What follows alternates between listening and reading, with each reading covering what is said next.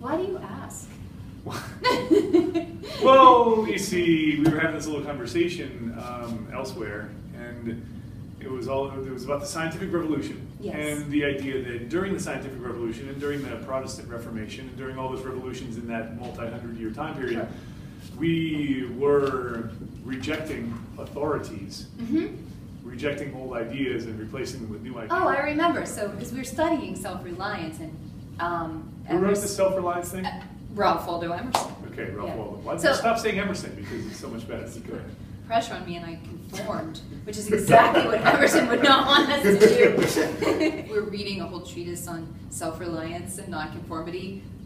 You know, why are we sitting in these chairs? Conforming to his ideas, then by quoting him. So anyway, his idea about consistency is that we should always live forever in a new day and think new thoughts and challenge our previous assumption. The idea is that we, as our culture, and perhaps it's just human nature, we tend to overvalue consistency.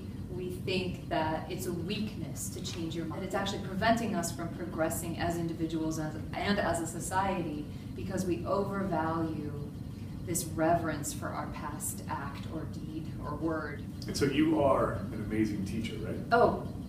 Say absolutely, that's what you're supposed to say. Okay. And so you are an amazing teacher, and you always have been as amazing, right?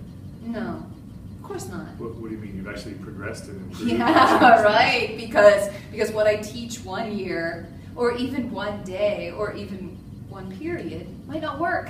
Sometimes it's kind of sucky, is what you're saying? Yeah, and so then you make adjustments, and that's every year you get a little better, right? And sometimes you realize that it is time to entirely abandon that stupid thing that I thought was great 3 years ago. Absolutely, absolutely. Or I might have to abandon something that I really liked and still think is pretty great, but I found something better, you know? I pride myself in certain things.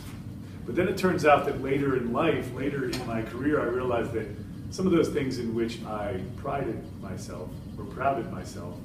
Pride is right. So, some of the ways in which I took pride, to avoid the whole thing altogether, some of the ways in which I took pride in myself, in my classes, in the way I executed things, and it turns out that educationally, not so good. Right. Yeah. So I have to be willing to step away from those things Yes. and essentially make a new identity for myself, my classes, my Yes, but that's all part of the fun. part of the fun. It's part of the growth. It's part of the Yeah. growing up. It's part of the being an adult, being a scientist, being a Yes. professional, being an actual person who lives in the world. Willingness to just get rid of all this old stuff that really Sure. isn't working and invent new stuff and put it in its place and try it. Right. And if it doesn't work, then you try something You else. try something else. Absolutely. A constant endeavor Yes. of moving forward and upward and yes. One thing you said a couple weeks ago that I've thought about quite a lot is that science is all about proving things wrong.